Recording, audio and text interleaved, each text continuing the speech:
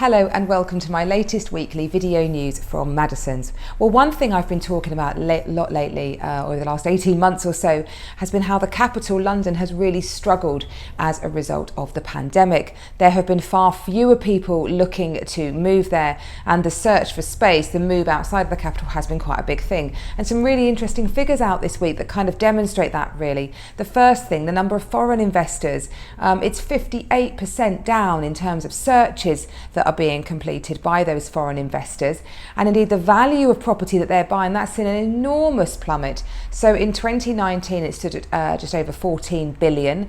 That dropped in 2020 to 9.6 billion, and in 2021 that dropped to 3.3 billion. So a huge drop there in the amount of foreign money coming into the country, and of course that will predominantly be in the capital. And of course, really interesting to the difference that's happened in Cornwall. It's something we've talked about a lot.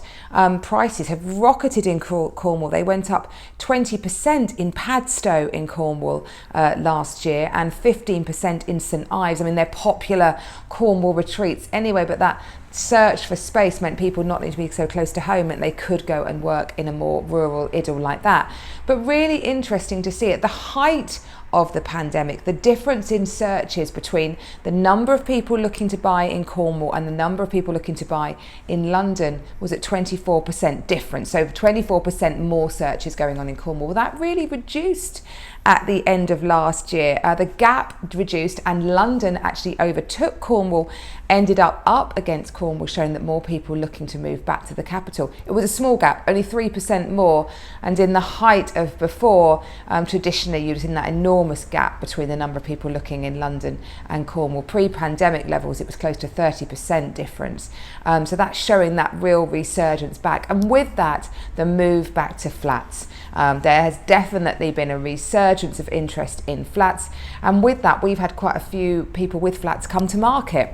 I think they've been holding back, not wanting to do much, and now with the more positive news around flats, they are coming back. So we've got some great flats for you. I've got a really lovely 3-bedroom one on Linden Park Road. That's on at a guide of £465,000. Close walking distance to Pantiles, private garden, allocated off-road parking for 2 cars, top floor, lovely views. I've got a really lovely 2-bedroom flat in Hamilton House, so that's in the St John's district. What I love about this one, easy access to beautiful communal gardens, opportunity to rent a garage, plenty of off-road parking, and presented beautifully. You could move in on day one.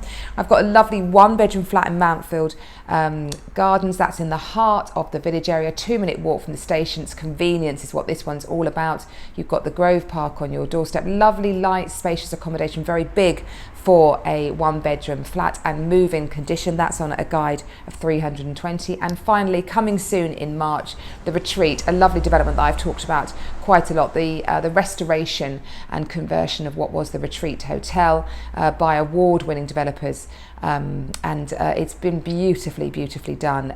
Very, very high standard. That will be launched in March. So lots of exciting flats coming to market there. Do give us a call if any are of interest. Well, I hope you have a lovely week. Of course, it's Burns week this week, so I hope you get to enjoy that. Stay warm. It's looking to stay cold all this week, and I look forward to seeing you next week. Bye-bye.